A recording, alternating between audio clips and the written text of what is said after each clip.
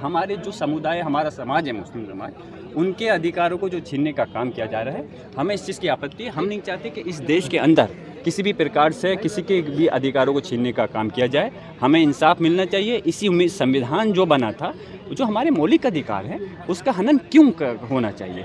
तो इसलिए गलत था। आज माननीय सर्वोच्च न्यायालय ने अच्छा फैसला दिया और हम उम्मीद करते हैं कि मुकम्मल इंसाफ हमें आगे मिलेगा। इस बिल का फ़ायदा बताती हुई नजर आ रही है। उसमें बहुत सारे जो मुस्लिम संगठन हैं RSS के, वो भी इसका वो जो है उसका जो है फ़ायदा बता रहे हैं। आप ये बताइए, साथ ही कोर्ट में भी ये बात कही गई कि ये मामला मुसलमानों से जुड़ा हुआ नहीं है। तो अगर मुसलमानों से जुड़ा हुआ नहीं है तो क्या दूसरे देश से जुड़ा हुआ है? तो क्या ऐसी बात है, अनाप शनाप बात कर करके जिसका कोई मतलब ही हाथ सिर पैर नहीं है। और मैं कहना चाहता हूँ, इस देश के अंदर 40 करोड़ मुस्लिम आबादी है।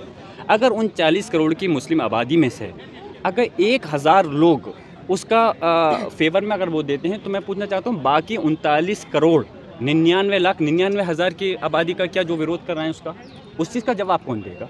तो इसलिए सब लोग इसके खिलाफ हैं। सिर्फ 1000 लोगों को आप सामने दिखाकर ये साबित नहीं कर सकते ये उनके हित में है। और सरकार ने तो पहले भी कहा था कि किसानों के लिए बिल लाए थे कि उनके हित में है।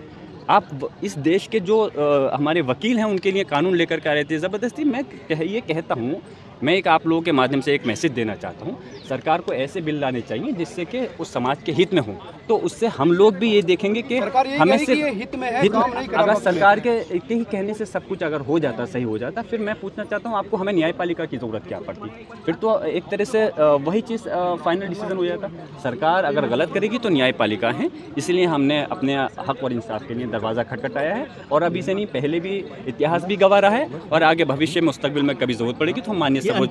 लेकिन इसके अलावा all India Muslim personal law board ने एक प्लान जारी किया है विरोध प्रदर्शन का। आप भी उसके मेंबर हैं, तो क्या ये जो शेड्यूल जारी किया गया था वो जारी रहेगा? विरोध प्रदर्शन चलता रहेगा? देखिए, अभी ये उससे पहले का था जो विरोध प्रदर्शन का था, और माननीय सर्वोच्च न्यायालय के आज फैसला आने के बाद में अब बैठ करके जो हमारे इस देश की, इस मुल्क की जो हमारी तंजीमें हैं, वो बैठ करके जो भी फैसला लेंगे उसमें हम बैठ करके एक मुश्तरका फैसला लेकर के उस पर फिर अमली जाम बनाएंगे। वैसे हमारी कोशिश यही है कि हम इस जंग को किसी वैसे नहीं बल्कि हम कानून के ज़रिए ही इस जंग को हम लड़ सकते हैं।